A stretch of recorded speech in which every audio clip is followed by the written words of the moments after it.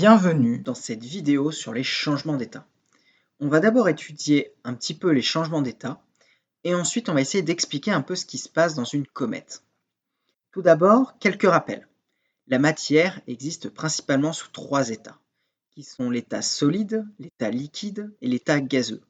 Prenons le cas de l'eau. À l'état solide, c'est de la glace que l'on peut voir sous la forme de glaçons dans nos verres l'été par exemple. À l'état liquide, c'est de l'eau qu'on peut boire, de l'eau qu'on utilise pour faire la vaisselle. À l'état gazeux, c'est de la vapeur d'eau, c'est-à-dire que c'est la petite fumée que tu peux voir au-dessus d'une casserole avec de l'eau à ébullition. Mais attention, ne me fais pas dire ce que je n'ai pas dit, ce n'est pas valable que pour l'eau. Ces trois états de la matière peuvent exister pour tous les objets autour de nous. L'ordinateur que tu regardes, la chaise sur laquelle tu es assis ou assise, ou encore ton téléphone portable que tu chéris tant. Mais comment passer d'un état de la matière à un autre? La solution est de changer la température. Prenons l'exemple de la casserole remplie d'eau. Au début, la température se situe entre 20 et 30 degrés Celsius. Mais au fur et à mesure, la casserole chauffe et l'eau à l'intérieur également. La température augmente jusqu'à atteindre la valeur de 100 degrés Celsius environ. L'eau change alors d'état. Elle passe de l'état liquide à l'état gazeux. Mais attention, cela ne se fait pas en un clin d'œil. Il faut un peu de temps. Pendant ce temps, des molécules d'eau s'échappent de la casserole, où l'eau est à l'état liquide, formant la vapeur d'eau. Revenons sur un détail. Pourquoi la température de 100 degrés Celsius, pourquoi change-t-elle d'état à température fixe? La réponse est cela dépend de la matière dont on parle. En effet, la matière que l'on étudie est soit un corps pur, c'est-à-dire constitué d'une seule espèce chimique, soit un mélange, c'est-à-dire constitué de plusieurs espèces chimiques. Pour un corps pur, il n'y a qu'une seule espèce chimique, donc la température de changement d'état est fixe. Cependant, dans le cas d'un mélange, il y a plusieurs espèces chimiques, donc a priori, plusieurs températures de changement d'état possibles. Il y a alors un conflit entre les espèces chimiques du mélange et le changement d'état ne se fera pas à température constante, mais dans un intervalle de température. Maintenant, nommons les différents changements d'état possibles qui sont au nombre de 6. Il y a deux moyens de changer l'état de la matière, en augmentant ou en diminuant la température. Tout d'abord, partons de l'état solide à gauche. En augmentant la température, on peut passer de l'état solide à l'état liquide. C'est la fusion. En continuant d'augmenter la température, on passe de l'état liquide à l'état gazeux. C'est la vaporisation. Mais attention, quand il y a très peu de molécules dans un espace fermé, on peut passer directement de l'état solide à l'état gazeux. C'est la sublimation. Maintenant, on va diminuer la température. On passe alors de l'état gazeux à l'état liquide. C'est la liquéfaction. En diminuant encore la température, on passe de l'état liquide à l'état solide. C'est la solidification. De même que précédemment, on peut passer directement de l'état gazeux à l'état liquide quand il y a très peu de molécules dans un espace. C'est la condensation. On connaît désormais les 6 changements d'état.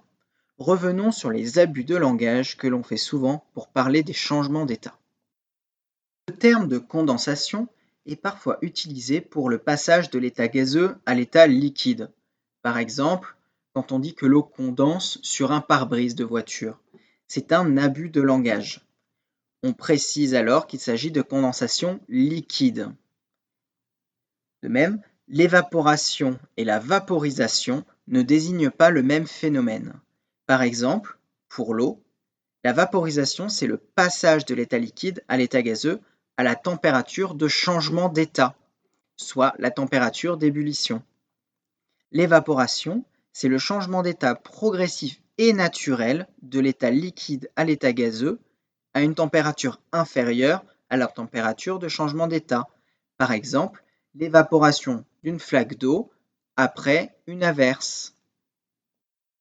On retrouve également les changements d'état partout autour de nous. En cuisine, par exemple, avec les cuissons, les décongélations, mais les changements d'état interviennent également dans l'environnement avec le cycle de l'eau que vous avez sûrement déjà vu. Par évaporation, les étendues d'eau s'évaporent à cause du soleil puis se liquéfie souvent en altitude pour former des nuages, qui sont en réalité des gouttelettes d'eau en suspension dans l'air. L'eau tombe sur Terre à l'état liquide sous forme de pluie, qui, à terme, finit par s'évaporer de nouveau. On retrouve également les changements d'état dans les phénomènes astrophysiques comme les comètes. Les comètes sont des boules de glace et de poussière qui sont souvent de diamètre inférieur à 10 km. Quand on les voit, on observe l'image de droite, c'est-à-dire un halo lumineux suivi d'une queue de comète. Mais d'où vient cette traînée située derrière le noyau de la comète? Le noyau de la comète est constitué de glace majoritairement. Sur l'image de gauche, vous pouvez observer la photo du noyau de la comète Halley, obtenue par la sonde européenne Giotto le 13 mars 1986. Le phénomène à l'origine de la queue de la comète est le changement d'état. En effet, dans l'espace, il y a très peu de molécules.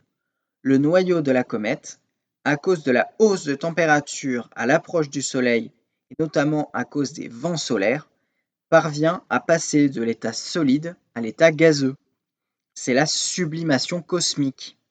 Le halo blanc que l'on peut voir sur l'image de gauche est un jet de gaz provenant de la sublimation du noyau.